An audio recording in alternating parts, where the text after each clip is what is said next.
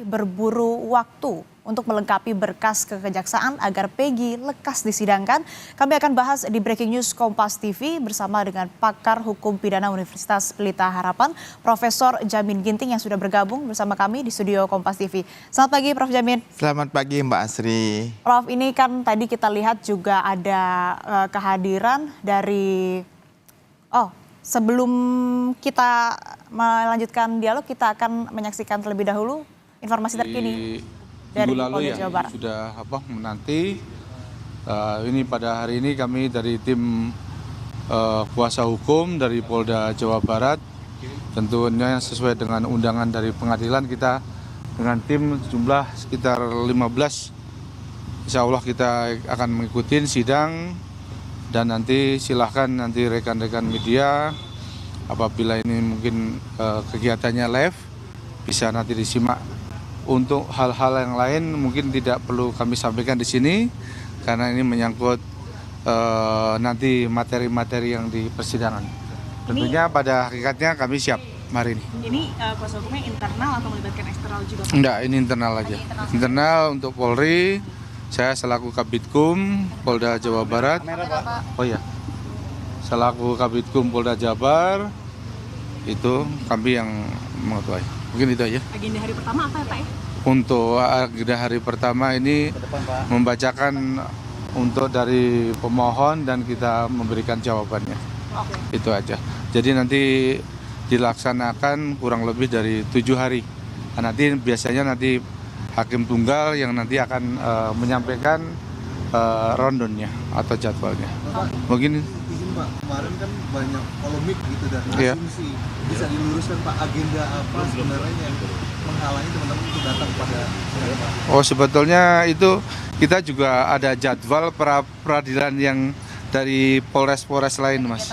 Ada kegiatan yang sama dengan pengadilan seperti di Jakarta Selatan. Kita juga mewakili dari Polres Sukabumi, ada gugatan pra-peradilan, kemudian dari Indramayu, ya kan? Dari Indramayu juga ada, kemudian dari Subang, itu yang Subang juga ada pra-peradilan terkait dengan kecelakaan yang mengakibatkan 12 korban, yang kalau salah 10 korban. Itu aja. Jadi semuanya kita menghadiri dari pengadilan-pengadilan yang ada. Begitu padatnya, tapi insya Allah hari ini kita bisa melaksanakan itu aja. Makasih. Udah, makasih.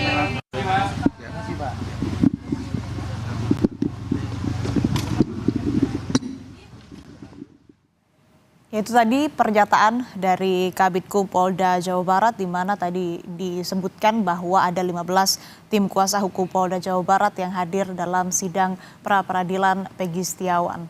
Dan kita masih menantikan jalannya persidangan pra-peradilan Peggy Setiawan yang rencananya akan digelar pukul 9 pagi di Pengadilan Negeri Bandung, Jawa Barat hari ini. Dan saudara, kita akan kembali membahas bersama dengan pakar hukum pidana Universitas Pelita Harapan, Profesor Jamin Ginting. Prof, tadi mohon maaf sempat terpotong karena ada informasi terbaru dari Bandung. Prof, ini kan sudah hadir dari tim kuasa hukum Polda Jabar. Kemudian juga dari pihak Peggy Setiawan, tim kuasa hukumnya ini bilang sudah menyiapkan sejumlah saksi, bukti, dan juga fakta begitu. Lalu sebetulnya apa Prof yang bisa mengabulkan gugatan dari Peggy Setiawan untuk kemudian menggagalkan statusnya sebagai tersangka? Ya, jadi ini namanya proses pra-peradilan. Dalam proses pra-peradilan yang diatur dalam KUHP pasal 77 itu dan juga putusan MK 21 adalah menyatakan adanya pembatalan terhadap penetapan tersangka, penyitaan, SP3, ya, surat pemberhentian penyidikan dan penyidikan. Itu bisa dilakukan. Nah, untuk supaya yang diperiksa ini adalah prosedurnya. Jadi ada prosedur yang salah dalam penyidik dalam menetapkan seseorang sebagai tersangka. Prosedur itu apa? Prosedur itu contohnya dalam menetapkan tersangka dia perlu 2 alat bukti sebagaimana dimaksud dalam pasal 184. Ternyata 2 alat bukti yang ditetapkan untuk menetapkan tersangka tersebut tidak mempunyai validitas. Artinya apa? Artinya tidak secara jumlah nggak cukup. Ya, jadi secara jumlah nggak cukup, tetapi juga selain itu secara kualitas buktinya juga nggak cukup. Contohnya, dia ingin membuktikan bahwanya barang siapa, benar nggak ini Peggy Setiawan sebagai pelaku yang menurut mereka sama dengan Peggy Peron yang diputuskan dalam putusan Mahkamah Agung. Lalu ditunjukkanlah apa? Ditunjukkanlah contohnya itu sertifikat atau foto. Tapi dengan foto dan sertifikat ini apakah ada saksi yang menyatakan bahwa dialah adalah benar dari pelaku tindak pidana tersebut? Kalau saksi menyatakan tidak, berarti nggak ada saksinya. Lalu kedua surat. Apa surat? Contohnya kalau dia Peggy Peron yang sebenarnya yang disebutkan sebagai pelaku, apakah ada scientific evidence yang menunjukkan bahwa, mohon maaf ya, waktu dilakukan pemerkosaan itu ada sperma yang bisa sama dengan sperma milik Peggy Setiawan sekarang. Itu namanya scientific evidence. Dan menunjukkan bahwa DNA-nya, DNA dari Peggy Peron dengan DNA-nya yang sperma itu sama dengan Setiawan sekarang. Nah, kalau Peggy Setiawan DNA-nya tidak sama dengan apa yang di scientific evidence, ini tidak bisa dijadikan sebagai dia pelaku. Berarti bukan dia orangnya, salah orang. Jadi kenapa saya bilang katakan scientific crime investigation itu sangat penting dalam kasus pembunuhan. Jadi dia harus tentukan, karena kan dikatakan Vina ini kan diperkosa. Kan begitu kan, ada berdasarkan hasil ekshumasi ya, 10 hari setelah kejadian baru ketemukan ada sperma. Benar enggak? Karena dilakukan dia juga melakukan pemerkosaan. Ada enggak spermanya?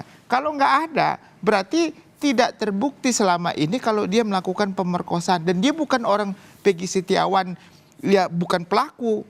Yang harus dicari lagi adalah Peggy Peron yang sebenarnya ada dalam putusan tersebut. Jadi kalau nggak bisa dibuktikan, maka penetapan tersangkanya dianggap tidak sah begitu. Jadi prosedur. Baik Prof, kita jeda sejenak, ini kita akan menyaksikan pernyataan terkini dari kuasa hukum di Pengadilan Negeri Bandung. Belum. Agendanya belum. Ahli pasti kami akan ajukan, pasti. Kami pastikan itu. Kira-kira seperti itu ya. Oke. Oke. Thank you. Clear ya. Oke. Masih Siapa? Iya makanya. Udah dari minggu lalu. Semua iya makanya. Ya Prof, artinya kan tadi harus ada scientific evidence begitu yang memang harus dipenuhi oleh para penyidik untuk kemudian menetapkan satu tersangka. Kalau memang itu terbukti tidak ada dan dari kuasa hukum Peggy Setiawan bisa membuktikan scientific evidence itu tidak ada, artinya kan memang dari tim kuasa hukum Polda Jawa Barat ini harus bisa membuktikan ataupun juga menyanggah keraguan dari tim kuasa hukum Peggy Setiawan. Nah itu seperti apa? Tapi sebentar Prof Jamin, kita akan bahas usai jeda. Tetap bersama kami.